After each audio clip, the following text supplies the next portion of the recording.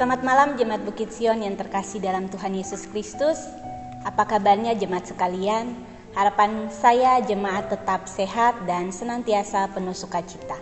Di malam hari ini, di kediaman masing-masing, kita akan sama-sama membaca dan merenungkan firman Tuhan yang terambil dari Injil Lukas, pasalnya yang ke-14, ayat 7 sampai ayatnya yang ke-11.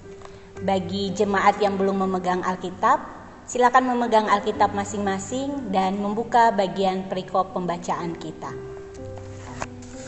Sebelum kita membaca firman Tuhan, mari kita satukan hati kita berdoa.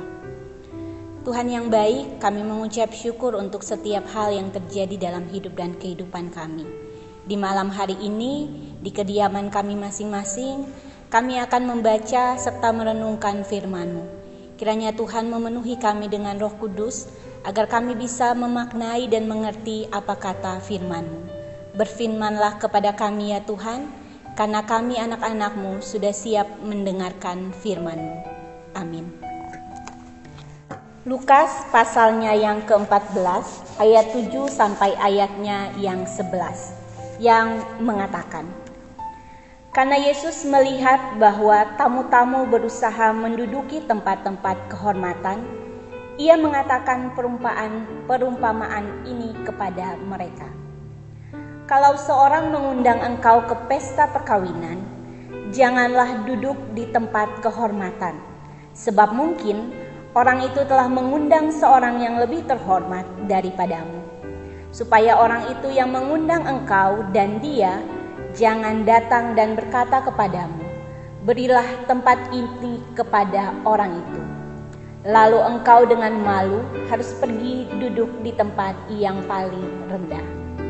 Tetapi apabila engkau diundang, pergilah duduk di tempat yang paling rendah.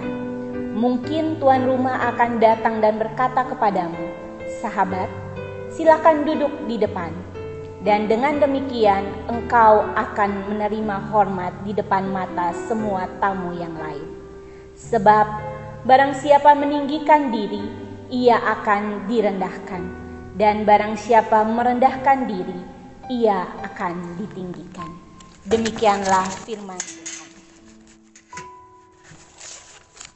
Kerja dari rumah, belajar dari rumah, beribadah dari rumah, dan tetap di rumah merupakan perintah pemerintah kepada kita sebagai usaha untuk memutus rantai penyebaran virus corona.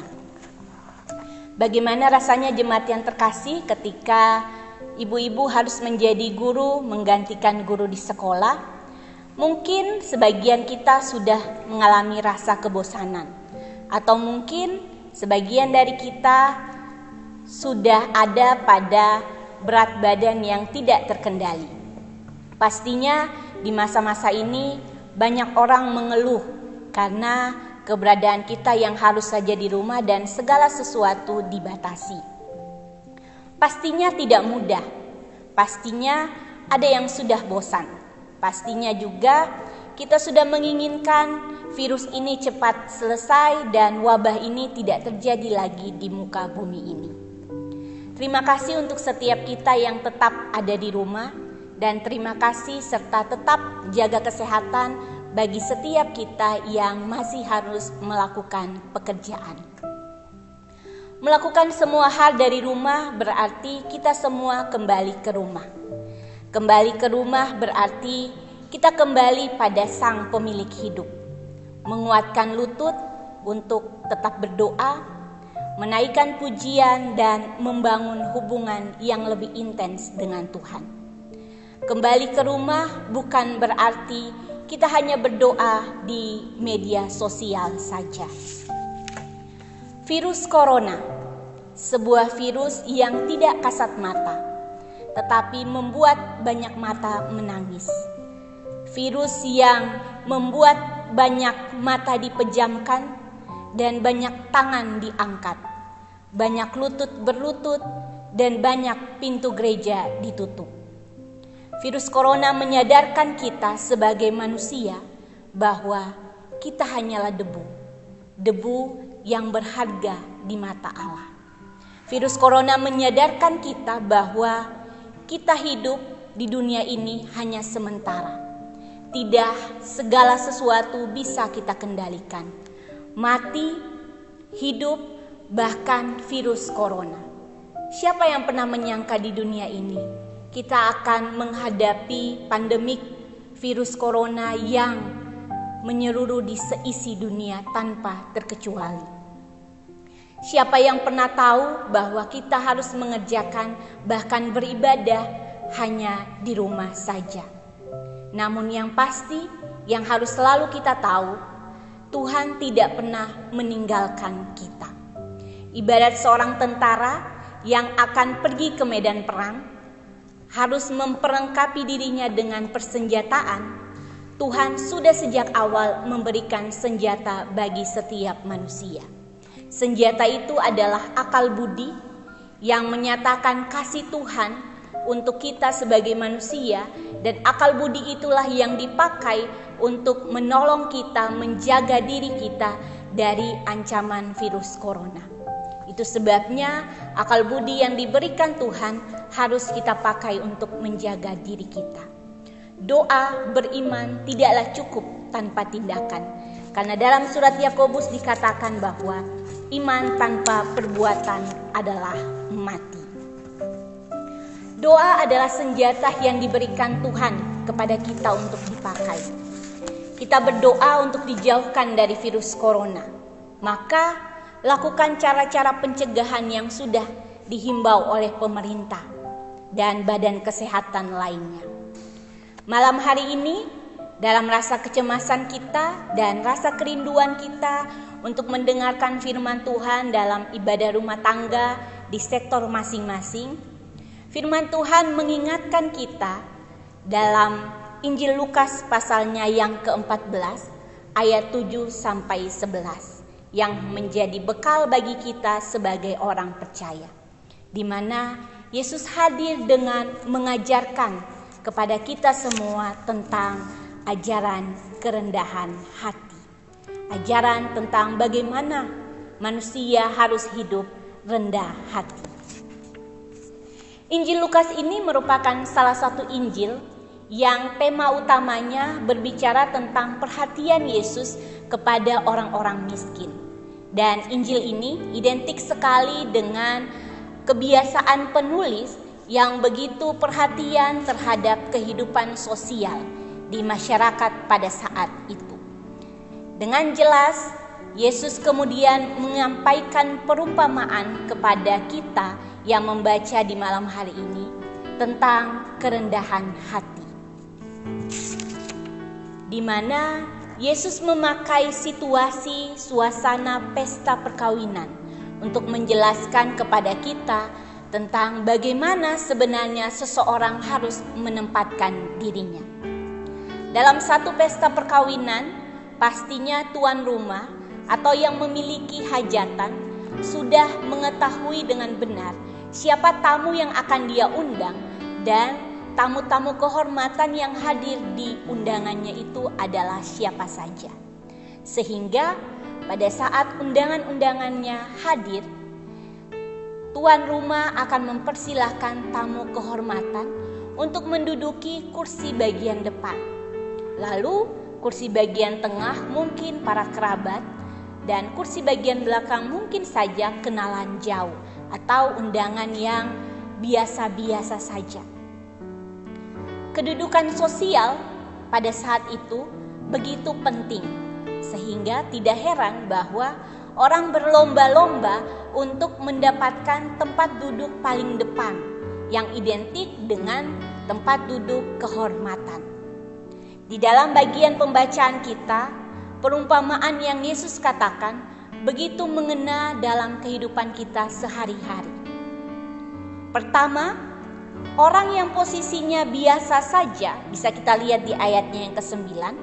Orang yang posisinya biasa saja, tapi mau menuntut untuk duduk di tempat kehormatan yang bukan posisinya dan yang bukan miliknya.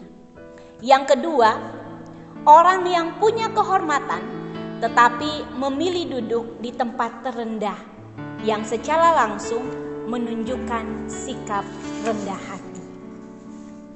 Yesus mengajarkan dan mengingatkan kita yang membaca firman di malam hari ini bahwa menjadi pribadi rendah hati adalah satu paspor untuk kita sampai ke kerajaan Allah. Rendah hati bukan hal yang mudah, sehingga Yesus menuntut kita untuk bisa berproses menjadi pribadi-pribadi yang rendah hati. Siapa yang meninggikan diri di hadapan Allah dan di hadapan manusia akan direndahkan, dan siapa yang merendahkan diri akan ditinggikan. Menjadi pribadi yang rendah hati adalah sikap hidup yang harus dimiliki oleh setiap orang Kristen. Kita tidak perlu tinggi hati lalu mengejar kehormatan di dunia ini, karena hidup kita bagaikan uap dan hanya sementara. Maka jangan mengejar segala sesuatu untuk diakui di mata manusia. Kejarlah sesuatu supaya kita diakui di mata Tuhan. Kehormatan didapat bukan karena tinggi hati, bukan karena jabatan kita, tetapi kehormatan didapat lewat cara hidup kita, lewat sikap kita, lewat tutur kata kita, dan lewat cara kita berpikir. Perilaku kitalah yang menunjukkan di mana posisi kita yang sebenarnya. Maka walaupun kita sebagai pribadi adalah seorang pejabat, seorang pemimpin, tetapi jika perilaku kita tidak mencerminkan apa yang kita emban, tanggung jawab kita, yang terjadi adalah kita tidak akan mendapatkan kehormatan di mata manusia. Manusia hanya menghargai kita karena jabatan kita dan bukan karena ketulusan hati untuk menghormati kita. Jangan kita menjadi seperti orang Farisi yang senantiasa berlomba-lomba untuk mendapatkan tempat duduk paling utama. Jangan menjadi pribadi yang gila hormat, gila pujian, dan melakukan segala hal, bahkan meninggikan diri sendiri untuk mendapatkan semua pujian dan semua pengakuan di mata manusia. Karena itu mengapa dalam Amsal 27 ayatnya yang kedua, kita diingatkan bahwa biarlah orang memuji engkau dan bukan mulutmu, orang yang tidak kau kenal dan bukan bibirmu sendiri.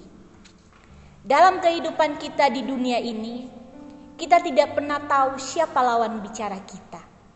Langit tidak mengatakan bahwa dia tinggi, tetapi kita tahu bahwa langit tinggi. Menjadi orang yang rendah hati bukanlah hal yang mudah, bukan proses yang instan. Kita harus mengalahkan ego kita harus mengalahkan keangkuhan kita harus menyangkal diri dan membiarkan Yesus dan Roh Kudus membimbing kita untuk masuk dalam proses pembaruan diri. Jika kita setia dalam proses berubah, maka kita akan mencapai tujuan kita dan kita akan memiliki paspor untuk masuk di dalam kerajaan Allah. Saya selalu suka satu ilustrasi tentang proses berubah. Berubah itu sama seperti seorang anak yang mengendarai sepeda. Jika ia dari titik A ingin berpindah ke titik C, maka yang harus dia lakukan adalah mengayuh sepeda itu berulang-ulang kali dari titik A menuju titik B dan menuju titik C. Pada titik C itulah tujuan dia sampai dan dia menemukan tujuannya. Malam hari ini, lewat firman Tuhan ini, Tuhan Yesus mau mengatakan kepada kita bahwa mungkin bagi dunia kehormatan bisa didapatkan jika kita ada di posisi yang tinggi. Tapi di mata Yesus tidak. Yesus memberi catatan penting bagi kita bahwa orang dihormati ketika dia mau mengambil posisi paling rendah dalam hidupnya. Dan ini bukan saja sebuah ajaran yang disampaikan oleh Yesus, tetapi sebuah kenyataan yang sudah Yesus nyatakan dalam kehidupannya sendiri. Ketika ia mengambil posisi terendah, menjadi manusia dan menebus dosa manusia di tiang kayu salib. Apa yang Yesus katakan ini wajib hukumnya untuk kita lakukan.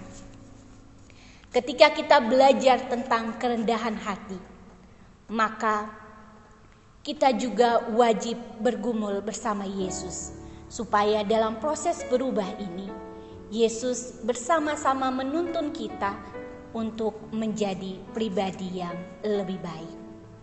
Di tengah badai corona ini, kita diingatkan untuk memperbaiki diri kita, merenungkan diri kita, menyadari keberadaan kita. Dalam badai ini, kita berusaha menjadi pribadi yang rendah hati, agar kelak ketika badai ini selesai, kita keluar dengan wujud manusia baru yang berkenan di mata Tuhan. Jangan sampai ketika kita hidup dengan sikap tinggi hati, kita keluar dari badai corona ini dan kita mendatangkan badai baru dalam kehidupan kita. Kembali ke rumah, itu berarti ini saatnya kita merenungkan diri kita. Sudahkah setiap kita bersikap rendah hati? Ataukah kita masih menjadi pribadi-pribadi yang tinggi hati, yang lebih sering mengandalkan ego dan keangkuhan kita? Mari renungkan bersama.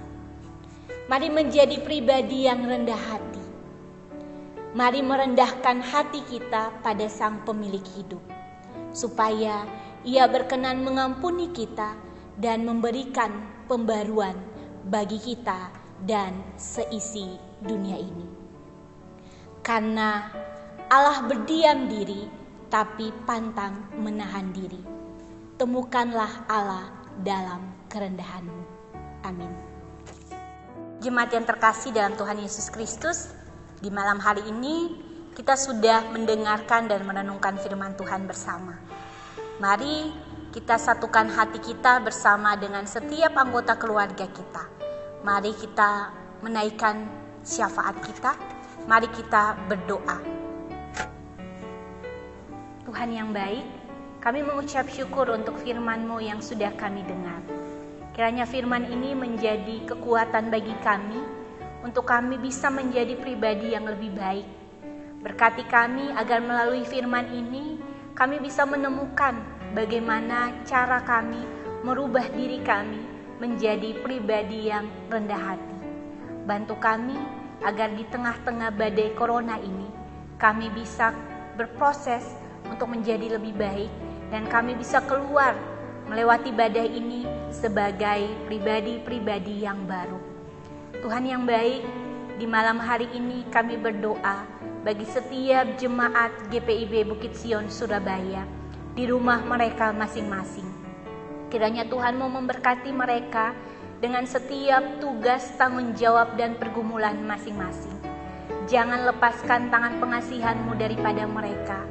Berkati yang sakit, berkati yang ada di dalam proses pemulihan, supaya yang sakit Tuhan sembuhkan, yang sedang ada dalam proses pemulihan pun bisa mendapatkan kesehatan yang baik.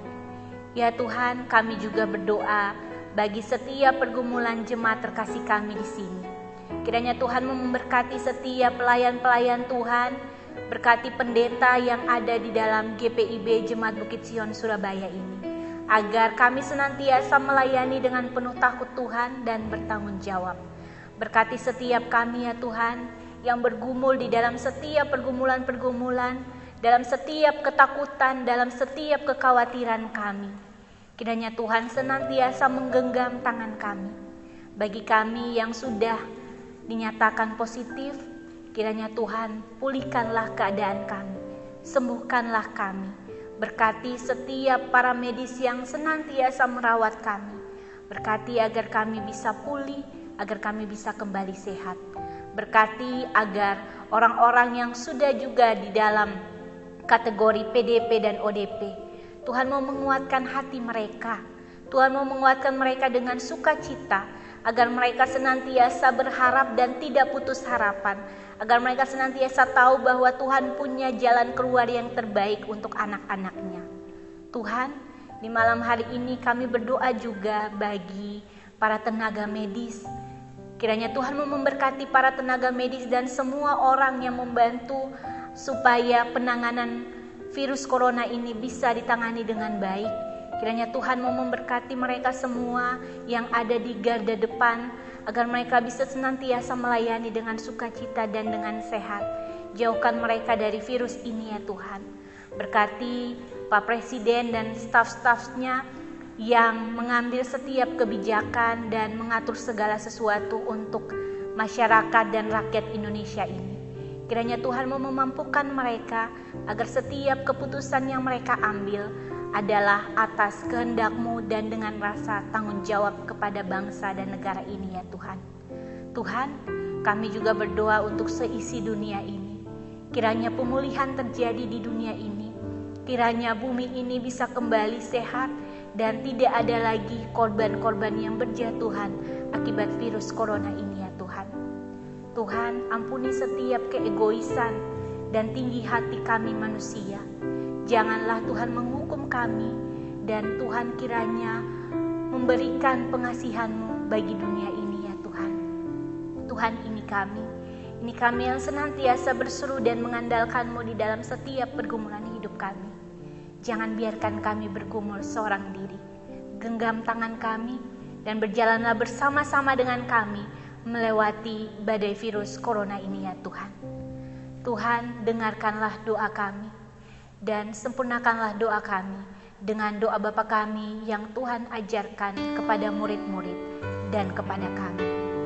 Bapa kami yang ada di sorga, dikuduskanlah nama-Mu, datanglah kerajaan-Mu, jadilah kehendak-Mu di bumi seperti sorga. Berilah kami pada hari ini makanan kami yang secukupnya, dan ampunilah kami akan kesalahan kami, seperti kami pun mengampuni orang yang bersalah kepada kami. Dan jangan membawa kami ke dalam pencobaan, tetapi lepaskanlah kami daripada yang jahat. Karena Engkaulah yang mempunyai kerajaan dan kuasa dan kemuliaan sampai selama-lamanya. Amin. Jemaat GPIB Bukit Sion Surabaya, terima kasih untuk kebersamaan kita di rumah masing-masing yang sudah membaca dan merenungkan firman Tuhan. Terima kasih karena walaupun kita tidak bisa bersama-sama mengikuti ibadah rumah tangga di sektor masing-masing, tetapi kita boleh mendengarkan renungan IRT online bersama. Kiranya Tuhan Yesus memampukan kita semua untuk menjalani setiap pergumulan hidup kita, dan kiranya kita tetap sehat, bersukacita, dan bisa melewati badai virus corona ini dengan bersama-sama Tuhan. Kita akan berjumpa lagi dalam renungan IRT online di minggu depan. Kiranya Tuhan Yesus memberkati jemaat sekalian di rumah dan tetap semangat, tetap bersukacita. Tuhan Yesus memberkati.